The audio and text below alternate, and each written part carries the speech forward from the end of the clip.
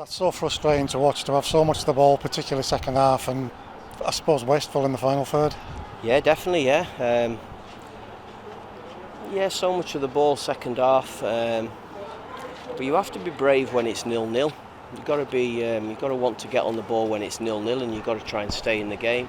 And I accept there was a little bit of luck with the goal. I haven't seen it back, but it looked like it took a bit of a deflection, and maybe Gibbo didn't need to head it, and all those little things. But I'd just rather we were a bit braver when it was 0-0 and actually want to play, and we would just let ourselves down with our quality on the ball more than anything, really.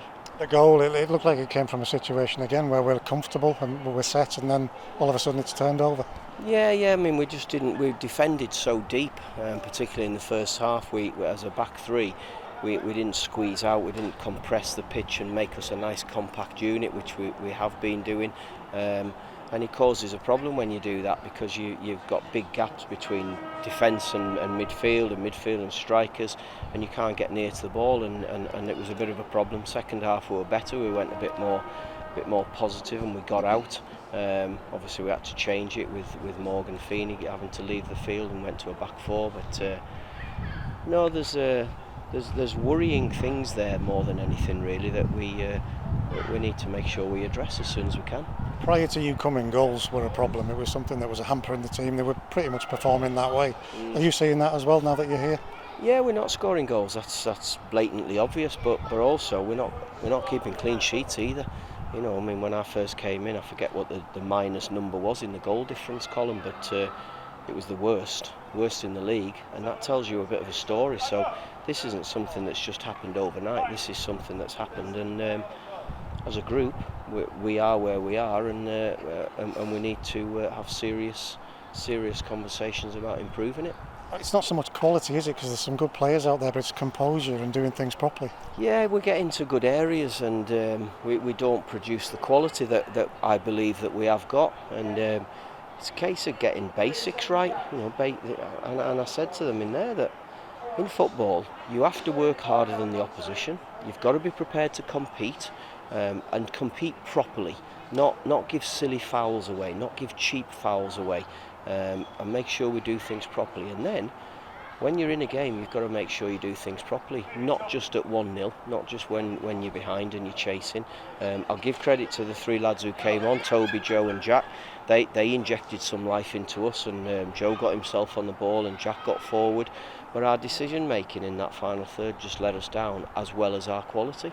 How do you address that in the next 4 games to come? What do you do in the next few weeks? We've just got to keep plugging away. It's fairly obvious. We can't change the players. We've just got to keep working with them. And the big thing that I want to see, I want to see some enthusiasm from them. I find it incredible that we're on the bench, as me, Gav and Jez are trying to get them to be enthusiastic. I mean, wow, what a life they've got here as professional footballers, and you've got to make sure that you show that enthusiasm and that desire to want to go and work and do the really basic stuff. And we've had it, and I know that they desperately want to do well. It's just not quite happening at the moment. They've got themselves into one of them little runs that you warned about, didn't you? You told them, don't let yourself do this. Keep winning games, work to win games. Yeah, and that's not because I'm clever. It's just because that's what happens in football. And if you're a top side, if you're a good side, you're consistent, and we're just not. We're not consistent, and if that's what's happened in the first 31 games as well, then that tells you a story. And we have to be consistent. We need to get some leaders to step up to the plate and drive each other on.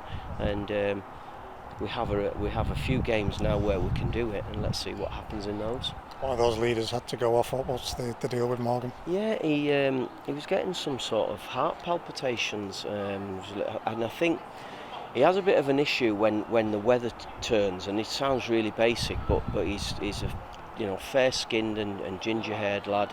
And when the weather starts to get a bit warmer, he had an episode. He said, I don't know if it was earlier this season or when he was at Tranmere, and I think at half time, because he was feeling it first half, I think he just got into a bit of a panic. But he, thankfully Walsall have got some equipment here, and he's had an ECG when he went off, and the trace is fine, it's perfectly normal, so he's okay now.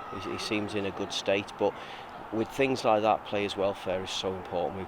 There's no way we can take chances on that. As much as we wanted Morgan out there and we want to win, get back into a game, that's massive, and we had to make that decision to take him off. So hopefully he'll be fine, but we'll just monitor him over the next couple of days. Probably the right time to ask about Josh Dixon.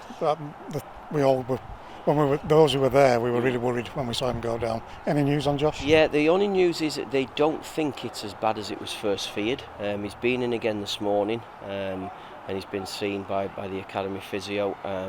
I would think over the next couple of days we'll probably go and get it scanned just to be sure, because we don't know at the moment, and obviously I haven't seen him and I don't know what the deal is with it, so we'll see how he is, but again, he's had a really tough time, so hopefully it's not as serious as it was first feared. Something else you warned us against, don't start using the word safety until it's absolutely nailed on. Again, that's you being prophetic. Oh God, it's there's so much to play for. There's people scrapping for their lives, scrapping to stay in this football league, and we have to realise we're still involved in it as well.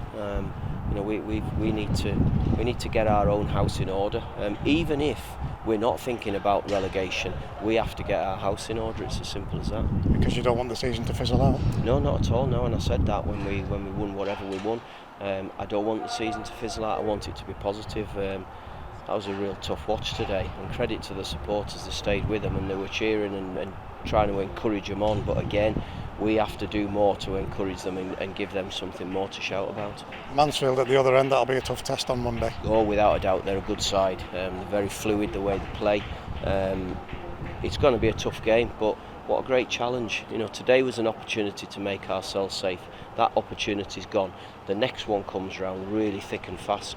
We need to be prepared now. We need to get recovered.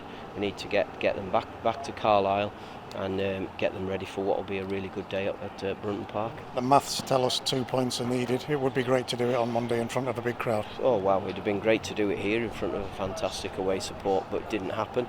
So let's do it. Let's do it on Monday. Let's make sure we're ready for it. Let's make sure we're prepared properly. We'll count heads when we get them back in, and we'll see who's fit to play, who, if it needs freshening up and changing around. But we don't have a hell of a lot of options at the moment, and we've just got to see what we can do. Thanks, Paul. Thank you.